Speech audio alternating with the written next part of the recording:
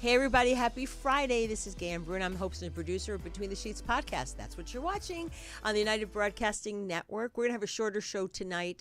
It's going to be from 7 to 8, and if you don't catch it, you can catch it here on the United Broadcasting page. And I'm sorry, I am very, very tardy in putting a million of the shows up on the YouTube channel, as Sheena can attest. When she said to me the other day, or she texted me, like, let me know when they're up. And I'm like, you know what? I think those links are dead. Tony's going to hate me to go back for like months and months to resend me those links. So welcome. You can call us at 323-524-2599. It's a small crew tonight, but a good crew. And everyone who can't show up sends their regards. Cheryl Murphy, we haven't seen her in a while. She may be popping in late.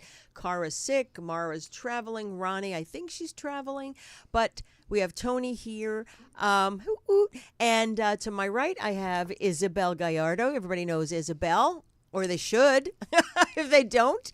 And I would say, like, look her up on the YouTube page, but you can't because I haven't uploaded anything. And then on my left is my partner in crime, Sheena Metal. Hi, everybody. Check out my shows from 2020. They're up. Yeah, go to Sheena's YouTube page. They're up. Mine. No, maybe I'll get them. Yeah. But let's see. First of all, let's talk about really quickly. I don't know if any of you guys have allergies, but I never thought I had like allergies. And it has been the worst allergy season yet. I mean, my eyes are still running and stuff. I have to go to back to my ENT. But it's apparently horrible, and it was weird because of the heat. That heat was crazy. Heat was awful, the humidity. And let's not talk about the electric and water bill. I got my one. It just came in the mail today, and I literally had a heart attack. I'm working for, water and electric and the city of Burbank. But we'll work for power. Yeah, we'll work for power. Exactly. So, y'all know that, well, if you don't, I did. I went on this amazing trip with my best friend and her wife, and we went to Montana and Wyoming and Idaho and Arizona, and it was just like getting back to nature, and it was really weird. I don't know about you guys, but like at least I am addicted to the internet, wireless, the phone, and we went camping. They had this amazing RV, and I was fortunate enough and in gratitude that they invited me, but it was like I realized for like the first few days, I was having a little bit of anxiety. To try and disconnect a little bit? To disconnect. Sure. Even though my office knew things were in place business-wise, sure. I just was panicking just a little bit. No Wi-Fi hub in the RV? No, they don't have that yet. But how do you compete with Zion? I mean, that was gorgeous, right? Zion and Bryce Canyon and Jackson Hole and Yellowstone. It took me 2 days to sort of unwind, and then it was like, it's like 9 o'clock, and then it gets to be 9 o'clock. I'm tired. I was like, what the hell is wrong with me? I'm up all hours. Right. But is it difficult for you guys, like, to disconnect? Completely.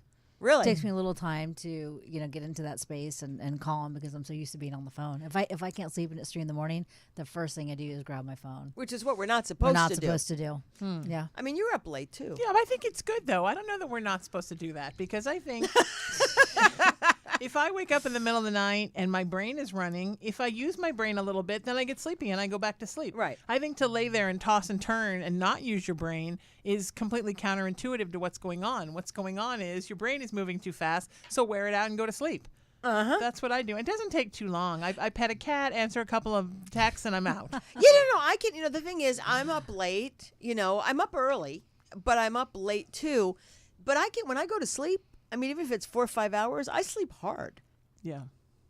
You guys are up late. I'm up at like 4:35 in the morning, so I'm done by 9:30, 10 o'clock.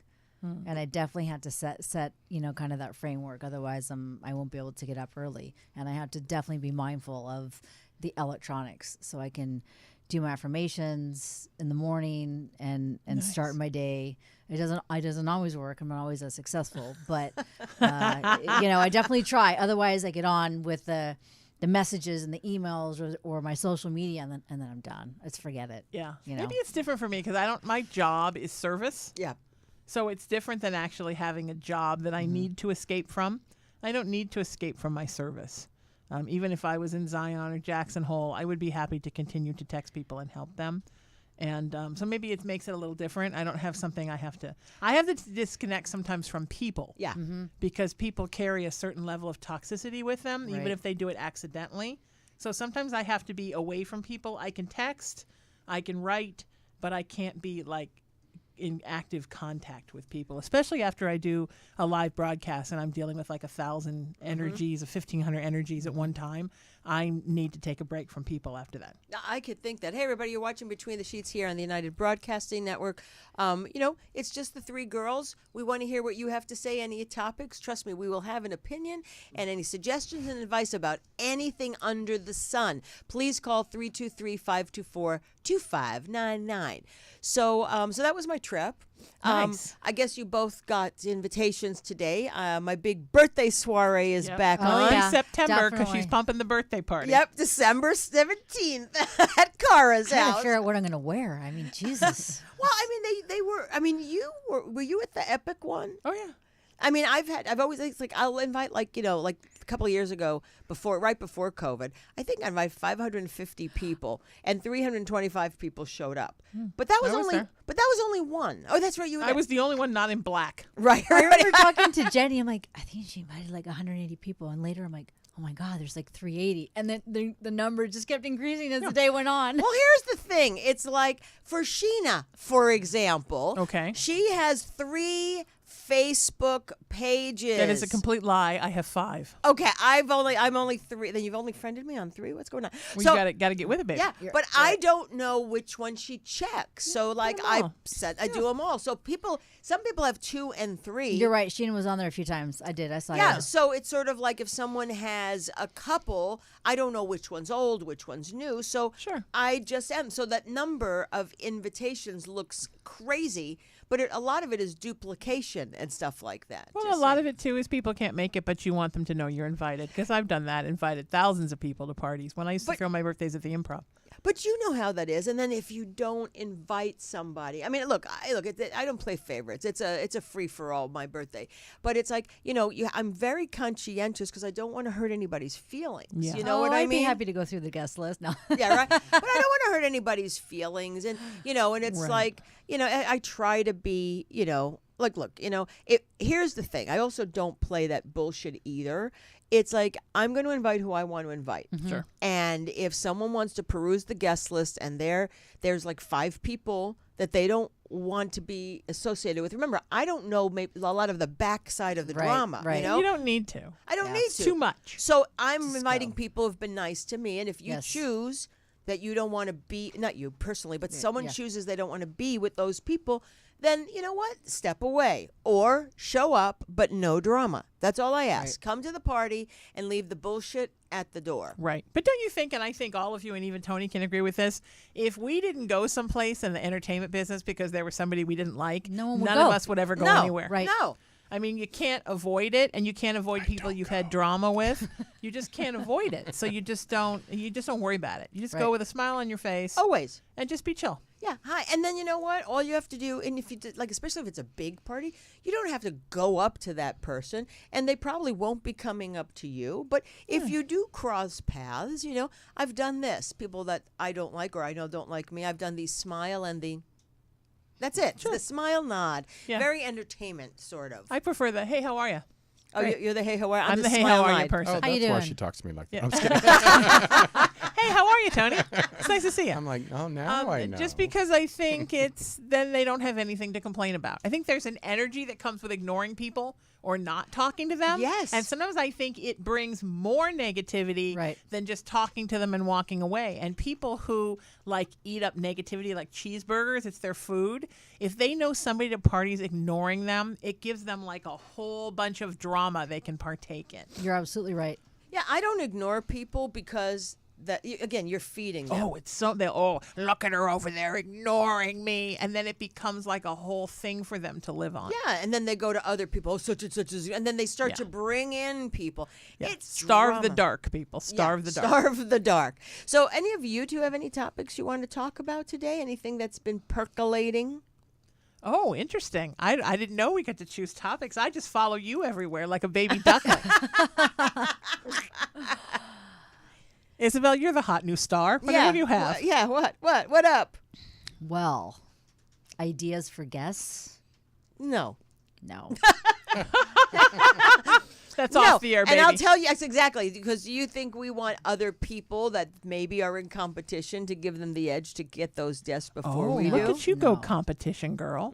I don't even think like that. I do. I'm very competitive. I've been sitting on my crystal ball for too long. That sounds painful. Okay, I have one. I know How you about did. releasing fear? So people we're still in that COVID place, Right. of being fearful. And we don't even know what we're fearful of anymore. And I don't even know that we think we're fearful of COVID, but we're fearful of something. And the world people have become very defensive, even more than usual since the beginning of man. And people have become very suspicious. And people are very always concerned, like it's like people haven't been out with people enough to rebuild up their people skills. So And some people just don't have people skills. just don't have people skills. But I think a lot of people have faked it because they've had to be around people, but now we haven't for 2 and something years. So now people are very suspicious, very reactive, very reactionary, and very almost like looking for a confrontation. And part of it might just be out of boredom because people haven't had enough, Right. enough Stimulation. clubs to go to and bicker with people. So they need that something. And I noticed that with my clients that I get sometimes these text messages, and I'm thinking, what? And sometimes they're directed at me. Most of the time they're not. They're directed at somebody else in their life. But there's no kind of ground or foundation for it. It's just random freaking out. It's like a chihuahua in the backyard barking at the wind. And I think that we all need to take a big breath and maybe a celestial laxative and really just let it all go and maybe try to think of it as we're starting new now as life beyond COVID and not who's out to get me because there was a virus. Because I can tell you, this virus wasn't out to get anybody. Right. It was just a virus. It was a thing, but it wasn't directed at you. It wasn't because of you. It's not your fault. Nobody has vendetta against you. I'm getting a lot more from my clients about, are there curses on me? Did somebody put black magic on me? Is someone seriously? out to get me? Like, that's kind of Wow. like Dark Ages spirituality. But it's back. Wow. Yeah, and so I think it just stems from this fear of, did my ex-husband who hates me cause me to have COVID?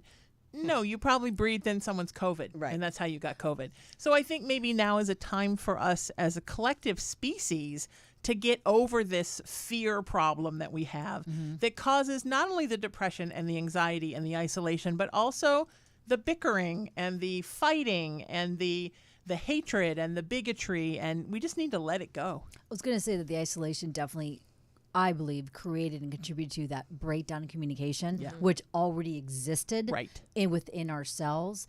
And then you have folks that, some communicate better than others. And then you have this whole element of the COVID, which I believe also contributed to a greater divisiveness. And now you have these components or these elements of folks being a little bit more defensive and confrontational, and maybe having, an inability, I think, to be more comfortable in how they're communicating. Absolutely. So you're having these little pockets of chihuahuaness and Yes. pimpleness, as you Barking so at the wind. eloquently kind of describe, where they're barking, and just maybe not able to, I don't want to say function, but maybe, be a decent human being in society. Yeah. Yeah, but I think that's why I wore this shirt called Chill Love it. tonight. Chilled. But I mean, I think first of all, some people, this negativity and stuff is innate. Yes. Okay. I think Yes. COVID, no COVID, whatever. I mean, I think there's just some really shitty people out there. And then on the other hand, you have people that live in fear. They always have low self-esteem, insecurity. So they use this forum of what's going on as an excuse to continue to breed their own bullshit. You know what I mean? I think it's get over it. I mean, I know it's hard to say get over it, but get over it. How do people live in that state? And it's okay. I've always had a hard time with people who are negative, like sort of reveling in that negativity as their lifeline. Right. It's like they bring everybody else down, but this is how they thrive. And it's like, how do you thrive that way? I mean, I can't even imagine. I mean, look, we're not perfect. I've had negative thoughts. I've been insecure. I mean, we all run the gamut. Right. But we all, I mean, not we all, some of us, you know, we're able to have that awareness of what's going on, and sort of, if we can't work that out within ourselves, that's why we go to therapists. That's why we call our friends. That's why, you know, freaking, you know, talk to strangers in the supermarket. I don't care. But we have that awareness to get us through those dark days. But it still fascinates me. You know, I do believe some of these people that are just dark people are blaming this on fucking COVID. But you know what? It's who you are. Yeah. Well, I think that the dark people, the people that are truly dark inside, and I do believe some people are really dark inside, they're kind of loving all the chaos and the turmoil and everybody at each other's throats. I mean, that's like a cheeseburger to them. That's where they live. My mom used to call that, let's you and you have a fight. They like to watch two people have a fight, and then they come in and save the day. Right. And that's how their negativity kind of spreads. But, and then I think there are people who very much live in the light, and everything they do to make the world a better place. They're constantly in service, and they're always thinking about how to make it better. And then in the middle there are people that kind of sit on the fence, right? They could go either way, depending on who they're around, what's going on in the world, how they're feeling at that particular time. Those are the souls that we need to pull into the light, because those are the ones that can be pulled in. But the dark can be very seductive, and there can be something very, for lazy people, there is something very comforting about thinking, well, why should I bother to do that? Because it all sucks anyhow. Why should I bother to make the world a better place? Because the world is shit anyhow. And they relish in that. But it's from their perception, because sometimes things don't appear. Things aren't as they appear. Sure. And people that sit in that without, you know, getting an explanation, or if an explanation's given, they call bullshit on it, or they don't believe you. You know? And it's like, but you know, that's the way things happen. Things can be perceived a certain way. Then logically, if there's an issue, you discuss it with the person. You know, hear that person out, but just don't do nothing. And may keep that assumption. You know, especially, you know, when it's not true. Well, yeah, and I think sometimes people don't want to be truthful. They don't care if it's true. It feels good to say, wow, that's ridiculous. You know, there's a comfort in never opening up your heart. There's a comfort in not trusting anybody. There's a comfort in not letting anybody in. I think there's a comfort in not letting go. And that too, yes. I definitely had some very specific ideas about a very specific person, and I was really holding on to this negativity, and I'll take accountability for that. And I think I was, you know, putting myself in a box by holding on to that. And today I had this moment, and I said, you know what? I need to let that go. I need to open myself up, and I need to look at the long game here and kind of reframe this chessboard. And I need to open myself not only to this person, but to the situation. This person doesn't have to be my best friend, but I need to reframe this entire, you know, perspective and let this all go, and just not have fear around it and not have judgment. But that's what I'm saying. It's awareness. You know, I mean, look, I've been in the public eye for a good portion of my life, as of you. There are people that just dislike me. I did nothing to them. They dislike what I stand for. They dislike, you know, again, based on insecurities. You know, maybe I'm just popular. Maybe I'm prettier. Maybe I have more money. Whatever superficial bullshit. And I continued to perpetuate it's like they hate me, well, I hate them. Oh God, they're going to this part. I mean, I've been through it. And at one point, you know, I thought to myself, who, like in the big picture, who the fuck are they? I mean, I don't even care about these people. I could give a flying hoot. Why am I wasting heart space, head space, any space, like really engaging you know, and then like if we're at a party, it's like, hi, Right. how are you? This is not from me, from them. Right, of course. And everybody knows it because when they walk in a room, they're like, oh, she's here. I'm like, I know. And then I'm just like, la, la, la, la. And then automatically, I'm the first person they come to. Hi, how are you? Of course. All smiles. And then you got the laundry list of, you know, and because it's always, oh, I was just here at this expensive restaurant, or I was just, like, who fucking cares? You're not impressing me because you're a piece of shit. You've always been a piece of shit. You know, you are a piece of shit. You'll always be a piece of shit. And here we go. Yes, exactly. You are, and this is not a narcissist, but it's like, don't compete with me. You know, you won't ever reach to my level. But not that I'm so important, but it's like, don't compete. Their depth is just not there. If you're gonna look, their competition's good. You just heard what I said. It's like, no, we're not gonna discuss it because I don't want anybody to know what's in their sleep. But that's healthy competition. You know, I used to do it when I was head of Gay Pride Entertainment. It was like, oh, we'd investigate who's Long Beach getting, who's San Francisco getting. Oh, wow. Oh yeah. You really are competitive. I did want to ask you, because you brought up a really good point about the fear, and part of that is also due to our environment. You just came from some really interesting states, and along those travels, what was your observation about the people? Like, what were their attitudes? How did you find them? Well, it was RV people, and I've only been with my friends. You know, I don't camp. Okay, I don't camp. I'm not a big camper, But RVing is different from camping. It's luxury camping, and you know, so we go to these RV places. Right. So you're meeting like people from everywhere. Okay, and I have to say, you know, they're very nice. I mean, they're very nice to me, you know, but then I strike up a conversation with the tree pole. You know, I'm walking in the morning, good morning, you know, and oh, wow, you know, that's a really cool RV, or if they've got it, you know, we just talk, you know, you know, they seem to be very nice. Now, you know, I don't sit there and go, hello, I'm a lesbian. I mean, you know, we went. Hello, Jackson Hole. I'm a lesbian. Yeah, Montana, Wyoming, that's probably Idaho, Arizona. Yeah. I'm sure Don't Utah. ask, don't tell. You know, and you know, and I will say this story. I will tell you this story, and I hope my friends don't get mad at me. But we were in Jackson Hole, Wyoming. And we were at a restaurant. And Jackson Hole, it's a little bit progressive, more progressive. And, you know, and I guess, I don't know who was going to kiss who in the restaurant. And I'm like, please don't kiss. And yeah, yes. Oh. And I got my ear full of, you know, like, you know, you're, you know, I mean, again, I'm paraphrasing, but the general is like, you know, in a way, you know, you want to keep us in the closet. If we don't start doing this in public, you know, people won't start seeing it as normal, you know. And then she threw something at me and said, you know, would you have this?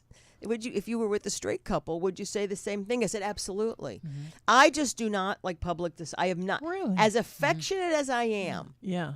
I do not. Only behind a closed door. No, I'm not big on public displays of affection either. I'm not I don't like when people do it. I need, you know, it just it makes me uncomfortable. Why? I don't know. But you know, that whole thing about like the gay thing, you know, and I'm like, hey, look, here's the thing, you know, in 1985 when I came out here, okay, I wasn't sure I was gay. I realized it in 1986 that I was really a lesbian. Took 1 year of Los one Angeles. year. No. 1 year. Right. 6 months. 6 months because I came August. So August to January, I realized I was going to get comfortable, and then all of a sudden, like I'm signing up for ACT UP, I'm marching, I'm doing all that shit.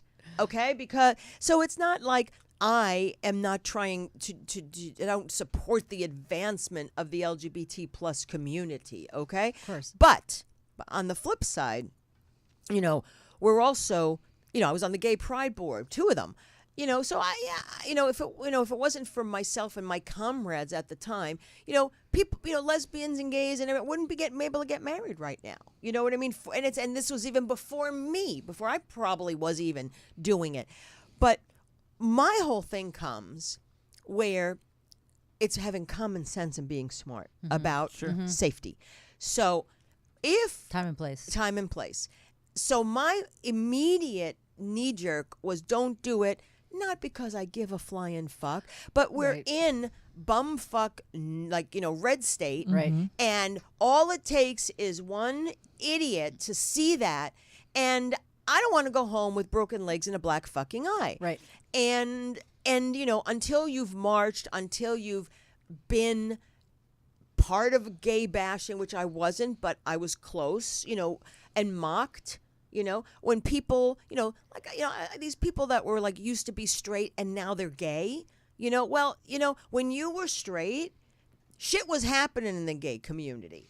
Sure. Yeah. And you had to be aware, you had to be careful. And now that you like in states where they would still vote Trump back in to office, you've got to still be safe. It has nothing to fucking do I agree with you. I don't support public displays of affection. Mm-hmm. But what about, and I've been out since 1985, so what about lesbians for Trump? I don't, It's a thing. Oh, no, never. No, it's a big thing. No, let me tell you, even before lesbians for and Trump. Latinas for Trump Oh, too. yes. I don't get it. Yeah, even Latinos for Trump. Hey, I was at Gay Pride. My first year on the board of Gay Pride was it was 1999, but I was doing the Latin tip. But 2000, I finally got on the board. Mm-hmm. And you set up. There's a week of freaking setup. People come in, put their booths and shit. And right by the main stage, which I was housed, there was a big old booth, a double booth. So there was money in it, and it was called Log Cabin some shit or other. Sure, right. And I was like, what the fuck is that? So I walked over, and I'm like, what the hell is this? And I mean, nicer, but what the hell is it? And he's like, it's Republicans, like gay Republicans. I literally, my mouth dropped. I said, that exists? Like gay? Like gay? Are you kidding me? This is a joke. There's no such thing as, there shouldn't be. Okay, shouldn't. Gay Republicans. Oh, I had my ear chewed off. I don't understand how any sort of class, diverse, whether it's gays, blacks, Latinos, anybody that's diverse could sit here and proudly state, I'm a proud Republican. I'm not anti-Republican. There are some solid Republicans, and I don't want to say I'm anti-Republican, but I definitely do not support Trump. And I think that I definitely support other parties, and I think that's part of the problem is that we only have two parties. And, clearly I'm a liberal, but I think that, Trump isn't even, he's not even a Republican. He's his own party. He's weird. Himself. He's just fucked up Meshuggah. It's him and DeSantis. So how did you find out about these lesbians for specifically Trump? Honey, I have Facebook. And I now live in Orange County. Yeah, we both live in Orange County, so we get it. The idea of log cabin Republicans, and I'm not saying that's what they turned out to be, but the idea of log cabin Republicans, and I hate that log cabin mixes in my beautiful Abraham Lincoln, but okay, is that they were supposed to be Republicans before evangelical Christianity took the Republican Party over, when it was just about, do you want bigger government or smaller government? And I think if you want bigger government or smaller government, that's your business. Now, saying that, I will say I'm a lifelong Democrat, and I have no problem with social programs. I think the Roosevelt's big deal was one of the things that saved this country. But I understand some people want to keep their money in their pocketbook. That is their business. What people do with their money is not my business. But unfortunately, the log cabin thing, it didn't always work out the way it was supposed to be. And then you found all this weird social stuff. And I don't get how anybody from any marginalized community, including women, the largest marginalized community, can support any politician or any group of people that want to take people's rights away. Correct. Not just theirs, but any other marginalized community, which is why I have trouble with, I do not understand Latinos for Trump. Right. I don't understand African Americans for Trump. I do not get women for Trump. Now, like you said, Trump is a whole different animal now. Right, completely. Because now we're talking not a lifelong Republican, a lifelong Democrat, for whatever reason became a Republican. I will put my foil hat in the closet and not have it on right now. Whatever that whole thing was, but it's a thing. And I think that you find sometimes with people that you can't expect someone to be a certain way because they're in a certain community. And my very good friend Del Shores, we had a whole show on my show once, and it was just about what in the world are gay Republicans. And is that the biggest oxymoron ever?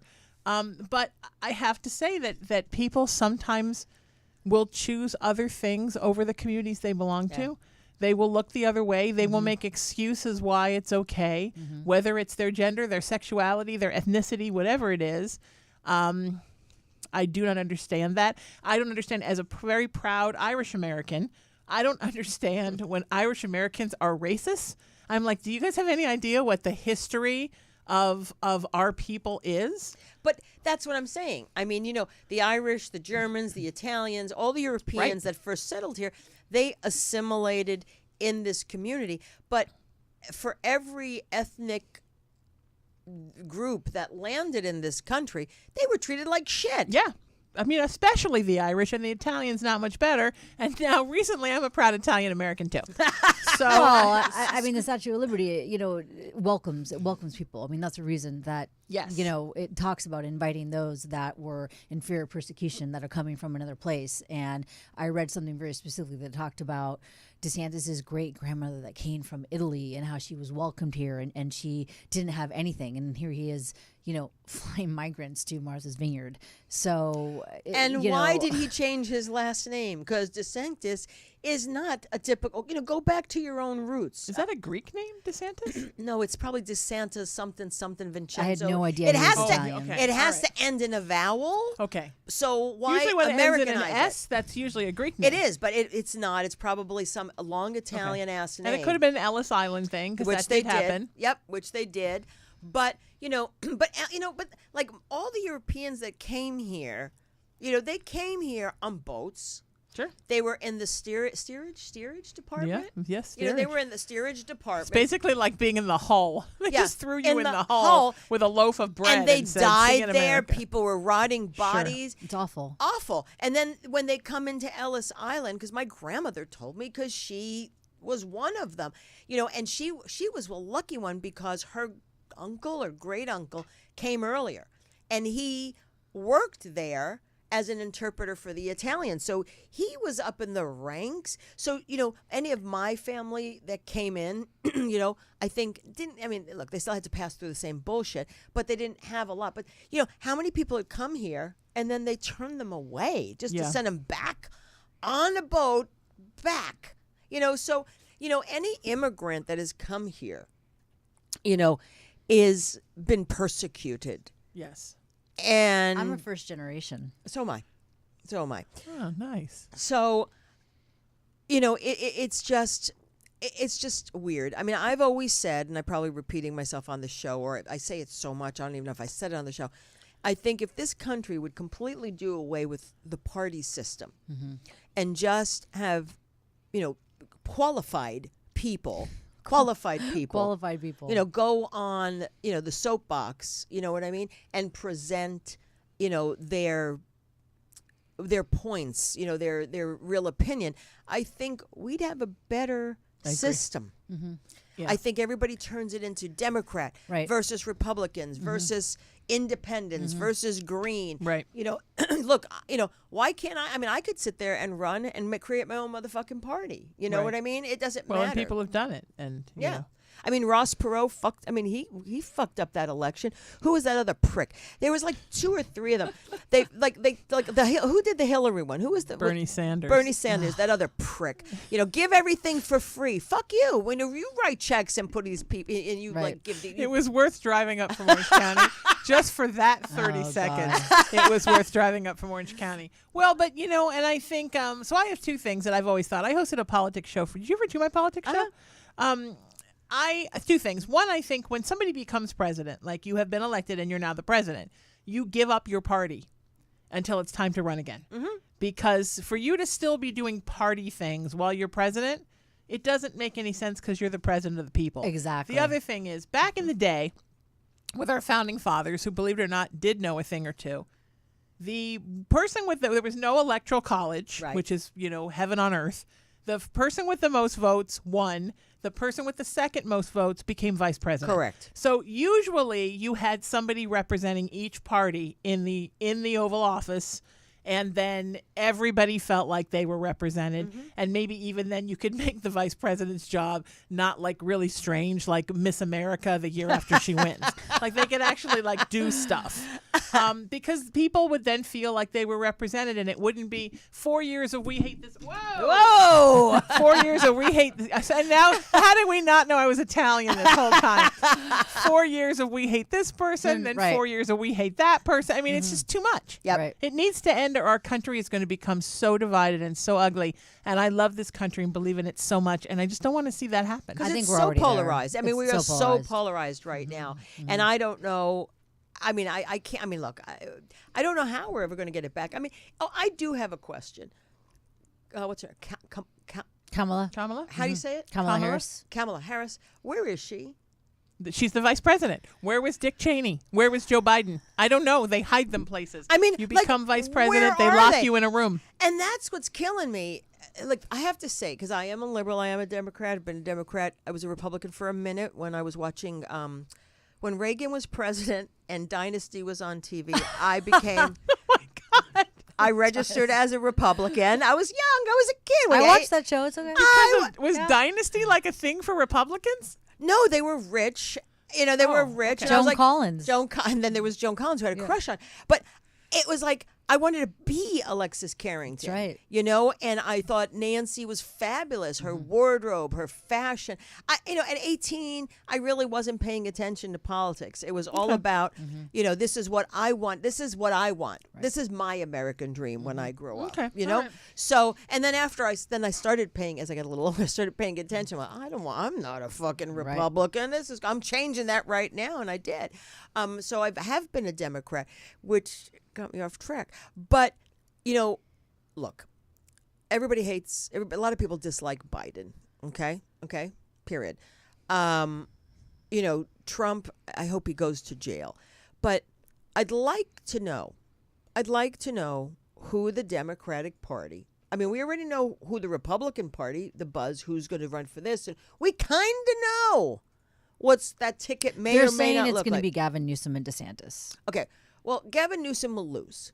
Okay. He is not a strong. I like him. I've met him. I've had dinner with the gentleman. I think he's okay. I met him. I thought he was lovely. Yeah. But people have created this slander campaign against him. Like they do against every person that they don't like. I think DeSantis will destroy him. I think He's a junior Trump. Yeah, and I think he'll win. And that's what's scary. So, it's interesting. It seems like the Republicans, and I don't want to give them too much credit, but it seems that they figure this shit out really early on, and the Democrats they wait to see the candidate that's in there, how they do, and then they're good until they're not, and then they're fucking scrambling to find someone because they think this person is not going to, get a second term.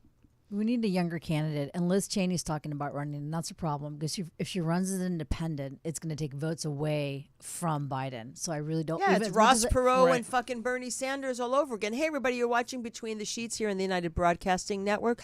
Please call in 323-524-2599. I think Biden will run again. There's too many. His ratings are in the shitter, even with Democrats. But he's going to run again. I think he's going to run again, and he's done a lot of stuff. I think he will run again because I don't think we have anybody else really to run. I have a theory. Yes? It could be wrong. Go ahead. But and this isn't one of those I predicted things, but I think he will run, and I think he will win, and then I think during his term he will step down because of medical things, and he will give it to Kamala Harris. Oh boy. Wow. Okay. I hope lesbians for Trump aren't now planning. They're like, oh, Sheena just said that, so we're going to go stand on the street corner in Costa Mesa and protest. In the debates, I loved Kamala. She was strong. Her prosecutor side came out. She was great. And then that's what I mean. But it's not her. It's what we do to vice presidents. It's what we do to all of them. We don't really give them anything. And maybe that's the plan, to keep her quiet so people can't decide they hate her from when it's all handed to her. Because, it may be the only way that we're going to get a woman president.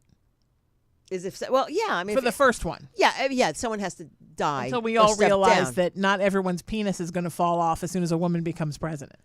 I mean, a woman, that's the whole other thing. Why is it such an uphill battle to have a woman like we as a women we have to proving ourselves. Sure. And the women, Geraldine Ferraro, not that she was going to be the vice president. I mean, sure. Geraldine Ferraro, then Hillary.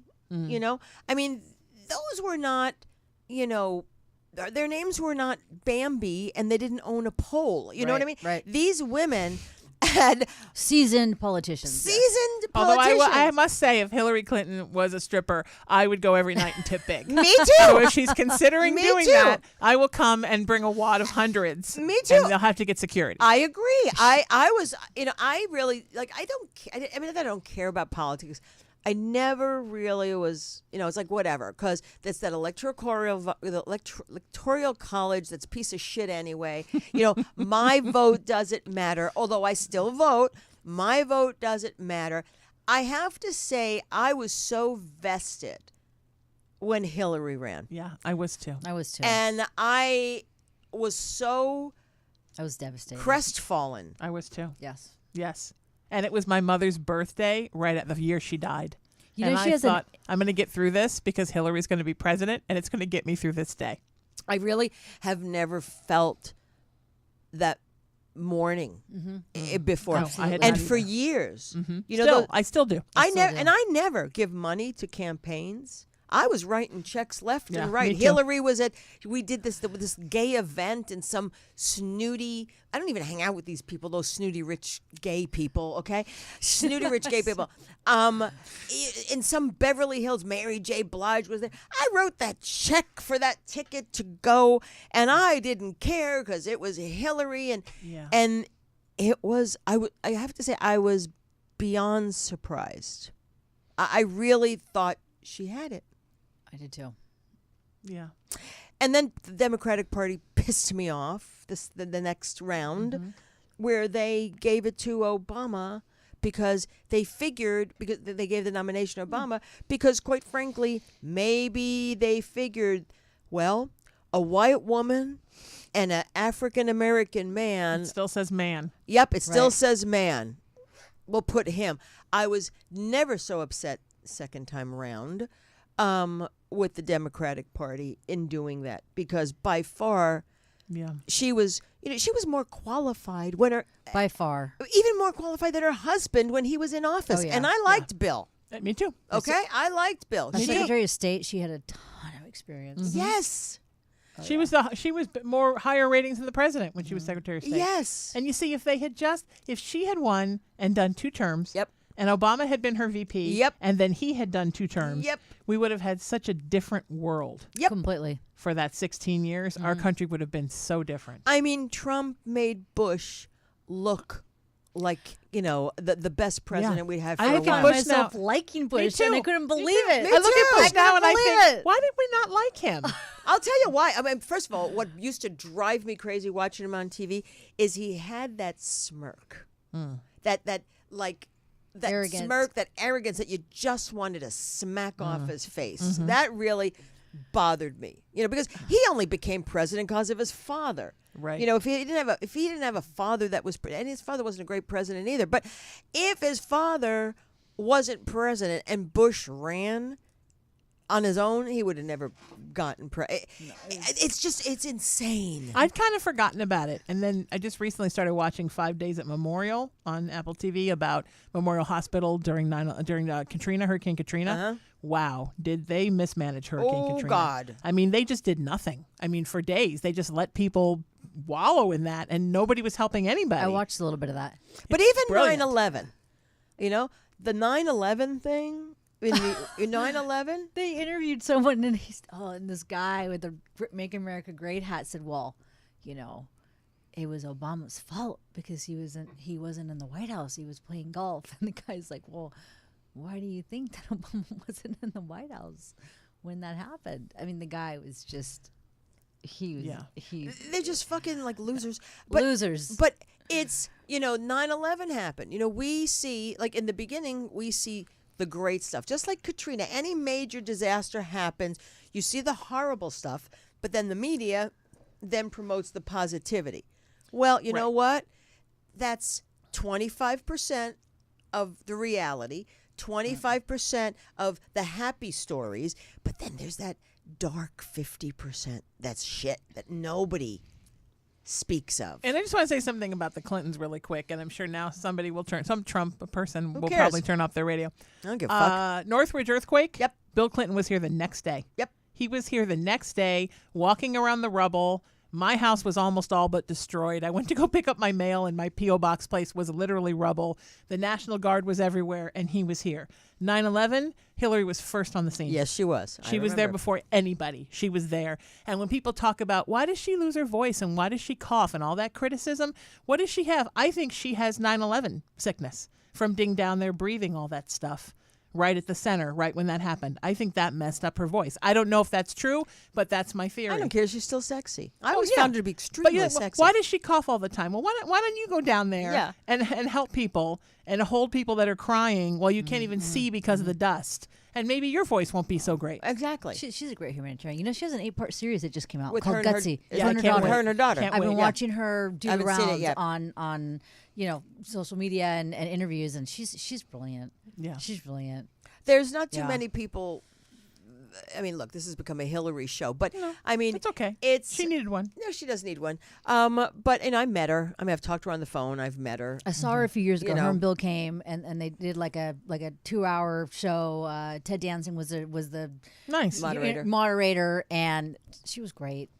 She is. I mean, I just think I'm just scared. I mean, just like scared. Don't be scared. It's going to be okay. For the next. I mean, look. No, I definitely. I think that. I won't be scared. I'm worried. I'm concerned. So you should always be concerned. But remember, like, sometimes the dark just wins. Yeah. But not always. Yeah. And that's the good news, right? I mean, it could have been 4 more years of more chaos. And this isn't about Do you Republican think he's Democrat. going to go to jail? No. You don't think Trump will go to jail? I don't think this country's going to put an American president in jail.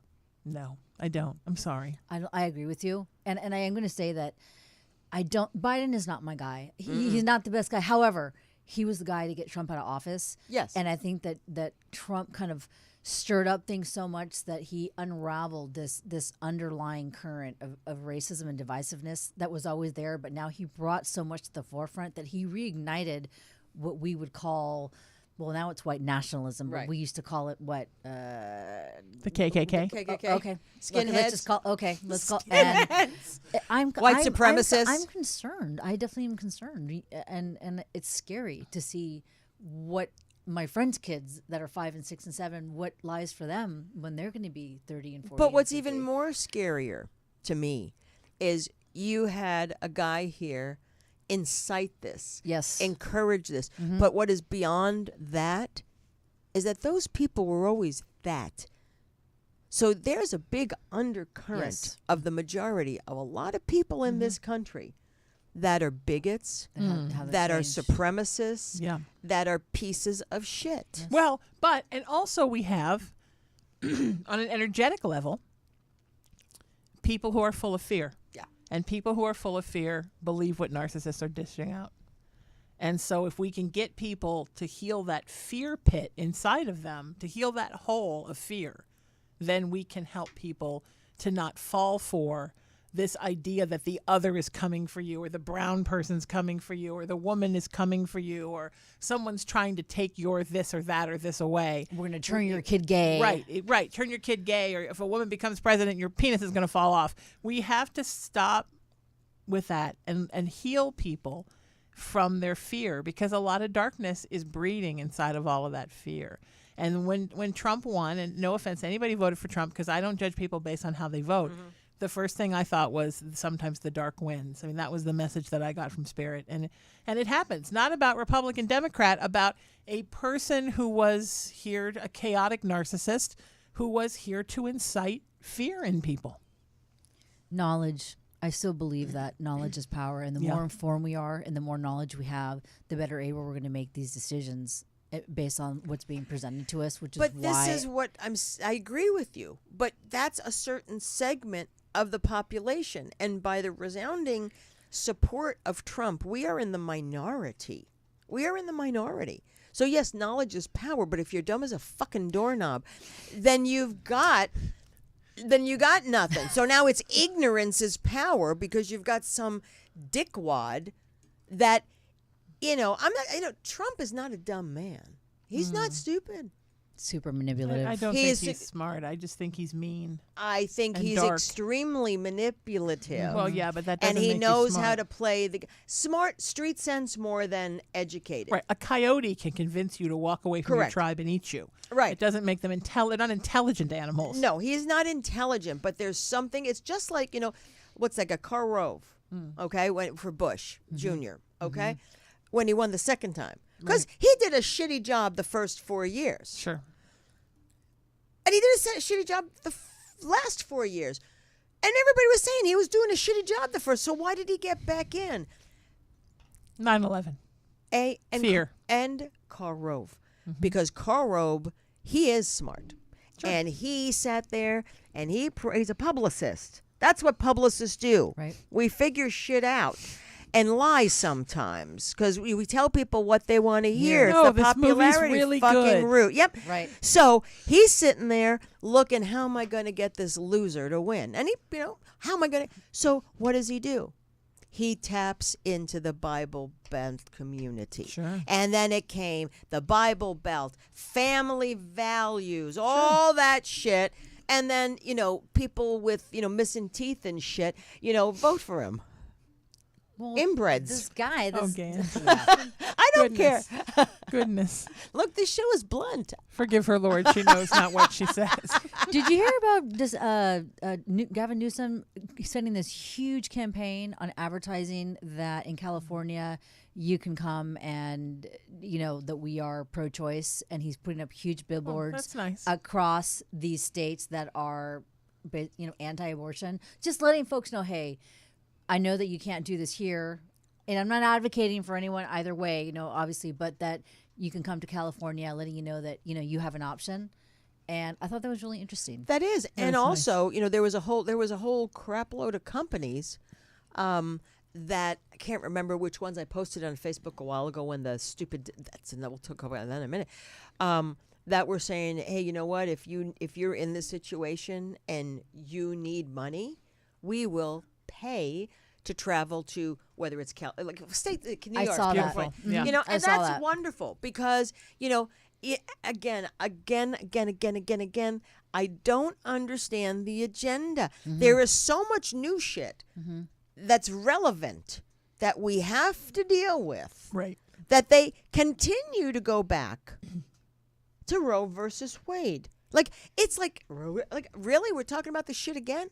Well, no, I think they've been chomping at the bit to get rid of Roe versus Wade since it started. But that's what I'm a long saying. time. But Right. is it really that important? Is like banning abortion out of the whole scheme of all the other shit that needs to be addressed in this country? Okay.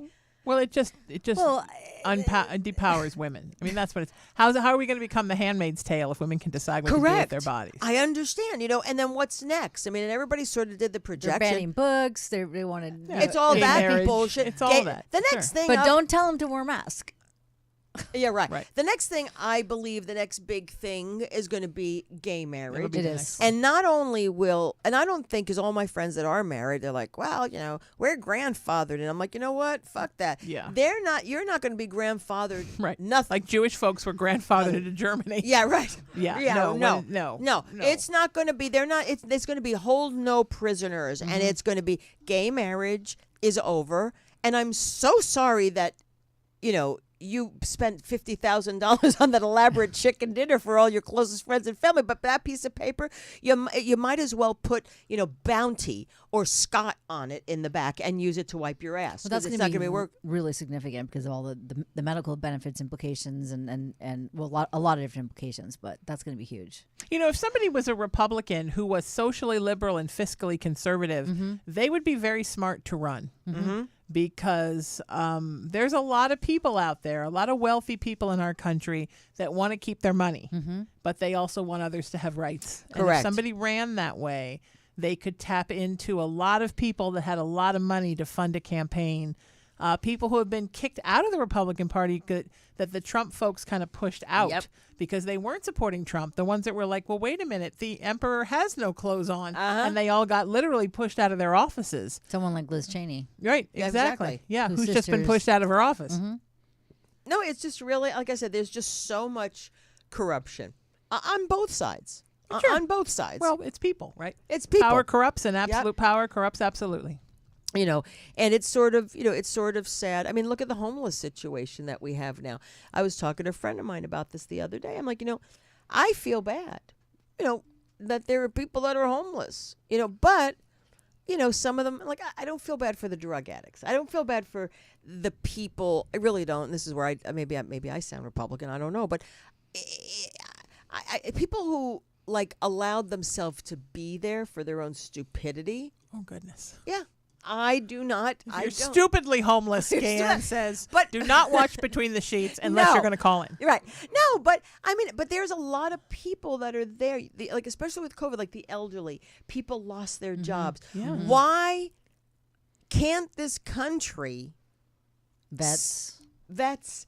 Why don't we have programs put in place for them? For the elderly. Why don't we have programs for our own people? Why do we and this country always saves everybody else? And I'm not saying that's a bad thing. If there's injustices or horrible atrocities happening, of course step in. But we continue to rescue even at the disadvantage of taking away from our own. And that disturbs me. It does disturb me. We should have, what the vets go through when they came back from Vietnam or Desert Storm. Or Desert Storm. You can tell my age, but, we didn't have anything for them. There's nothing. The elderly, even with fucking COVID, for Christ's sake, the elderly were getting COVID, and it was just so insane in the hospital that they made a choice. The elderly will, we won't help the elderly. Whether it was a conscious choice or not, they picked and choose. Why is this country? Oh, we treat elderly people horrible. Horrible. Why do we pick and choose? Why do, Medicare? Why is the Medicare? You work all your fucking life. They take a shit ton of money from your paycheck. And you end up like, what's the max? I can tell you what the max. When I retire, for me to get the full max, which is okay, but the full max still, if the economy goes the way it does, I won't be, if that's all I depended on, I couldn't afford that. Talking about your Social Security? Yeah, the highest rate of Social Security. But, and then they give you, like, I was looking at my Social Security thing because they sent me a thing, I would make okay. A lot less than what I make now. But I would be okay. But then they go, but if you work to 72, really? Yeah. Really?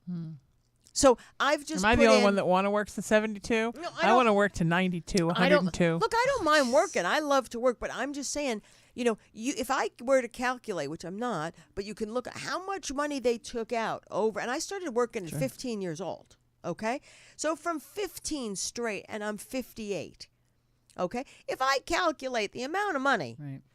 and let's say I retire at 65, and let's say I live as old as my mother did at 89, okay? That's what I'm going to be 59. It's 24 years. Thank you so much. I'm very mathematically. 24 years, okay? They should give me a boatload of money for all I put in. But nope. And then it's just, please, sometimes I get so angry that it comes out very Republican, but I don't mean it to come out Republican. I just am frustrated because that's how people position it. You have an opinion and it's not liberal and pay for everybody's education and free this and free that. And if you don't agree with that, then then people say, you're what are you, Republican? No. I put in for things. We all put in for something. Agree. I think the first thing that should be taken care of is business in this fucking country. There's a lot of people that they're disenfranchised. Why aren't we taking care of them. Well, look at Biden's infrastructure bill, right? Some of those things haven't been replaced since the 1800s. I know. I mean, our trains are running around on tracks that are over 100 years old. Yep. Some of them are like the original tracks from the Transcontinental Railroad. Yeah, but why? Because we don't have money. Where's this, besides their pocket, okay, besides these business ventures that they have in all these countries, Right. like that fucktard, what was his name? Cheney. You know, Halliburton and all that shit. You put all this stuff out there, so they're greasing their pocket, taking away. I don't really care. No, you're doing great, baby. You go. Preach. But I mean, it's like Praise hands. it's just really upsetting to me that people, and I'm not saying white people, I'm talking about American citizens. I don't give a shit where you came from. You're an American citizen. Right. They should take care of us. That's all. We're paying enough. There's X amount of people in this whole 50 states plus one, Puerto Rico. Which, another thing, Puerto Rico is kind of a state, and what about Guam? Guam? They're kind of a state too, right? Aren't they? Kind of, but Guam is different. I mean, Guam seems to be in a better position. Part of our Commonwealth that we pretend we don't have. But like Puerto Rico is, I have not been to Puerto Rico, but I have friends that are Puerto Rican. I've been to Puerto Rico. I'm going to Dominican Republic. I'll check that out and let you guys know, because I'm going to go in the hood, because that's where I'm going to go eat food, is in the hood. I'm not going to go to these snooty restaurants, okay? But Puerto Rico has always been this horrible stepchild of the United States, and there are horrible living conditions there. That's why a lot of the Puerto Ricans fled to, at the time when I was growing up, was New York City. Miami, too. And Miami. The Cubans pretty much had Miami, but the Puerto Ricans had New York City. Then the Dominicans came to the east. Then the Dominicans, then the Colombians. And there were some Latin states that are in okay positions. But the majority, it's corruption. You talk about Central America. That's the wild, wild west. I mean, where are you from?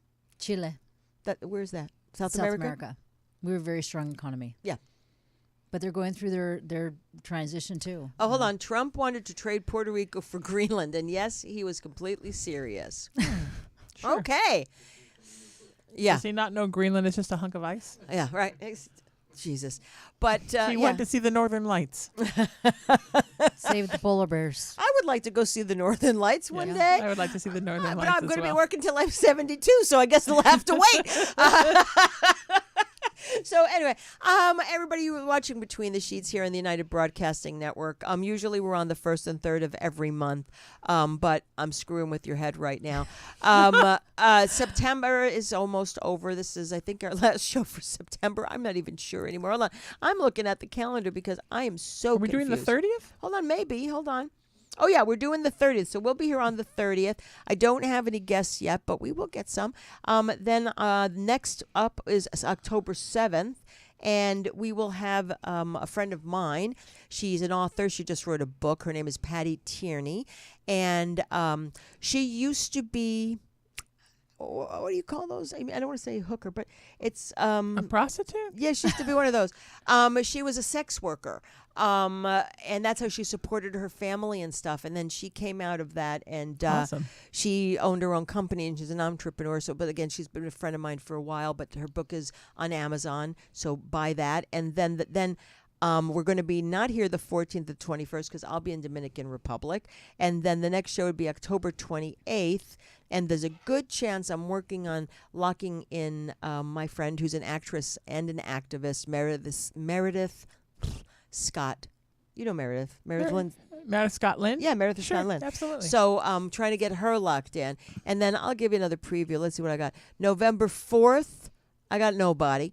And November 18th. The competition's going to go wild now. Wild now. Get somebody Yeah. for November 4th. Yeah. Dan's got shit. Yeah, trust me, I'm going to get one. And then on November 18th, Sheena, guess who's going to be on? I don't know. Carrie Zane. Oh, our panel friend from Clexicon. Which, by the way, I Yeah. don't think we even We talked didn't do a about it. Clexicon recap. We should have. We should have. But you know what? There's always September 30th. I tried to get Val Milano, who is she's a good friend of ours. She has the Hollywood Times. She was on the panel with us as well. I tried to get her on this month. She's in Vegas. But she's in Vegas. Tonight she was in Vegas, and I think the end of the month she's doing something Maybe she could Zoom. Yeah, maybe she could Zoom. Klexicon changed my life. Yeah. I mean, I've never done it. You know, I have not either. Oh, No. I thought you did. No. Okay, so this is. I mean, I just know that, and I will boast, from what I've been told, and I think you've read the same thing, that we did the PR panel. Yep. And it was a smaller room, but it was very engaging, and I still think we should get the main room next year. I think we had a full house, considering the room next to us was Batgirl. Yeah. I thought, we're going to sit here and no one's going to be there but a cricket and somebody who works there that wants to get off their feet. But we had a really full room, and I was very impressed, and I thought it was a great panel. But didn't they say, I don't know if people voted or whatever it was, didn't Zachary say that, or was it Val? Someone said that our panel was, people liked our panel a lot. Oh, good. Well, that's good. That's How could you not awesome. like our panel a Oh, lot? sorry, I missed it. Well, it was a wonderful weekend of really positive, affirming queer women.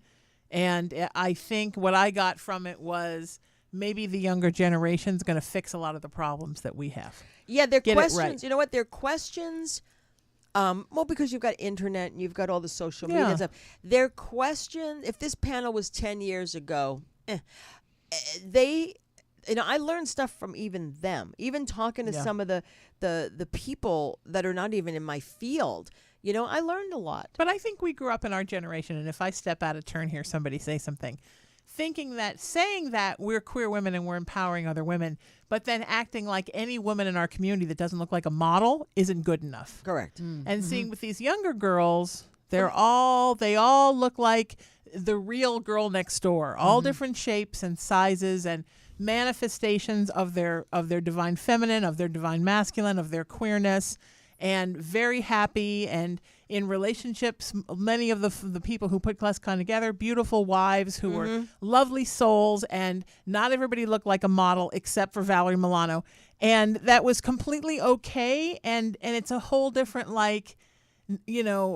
if you don't look like this, you're not worth it. I think queer women, and hopefully our generation's the last one to do it, we need to drop that. But also it's so counterintuitive to what we're supposed to be. But our generation also had to hide who we were.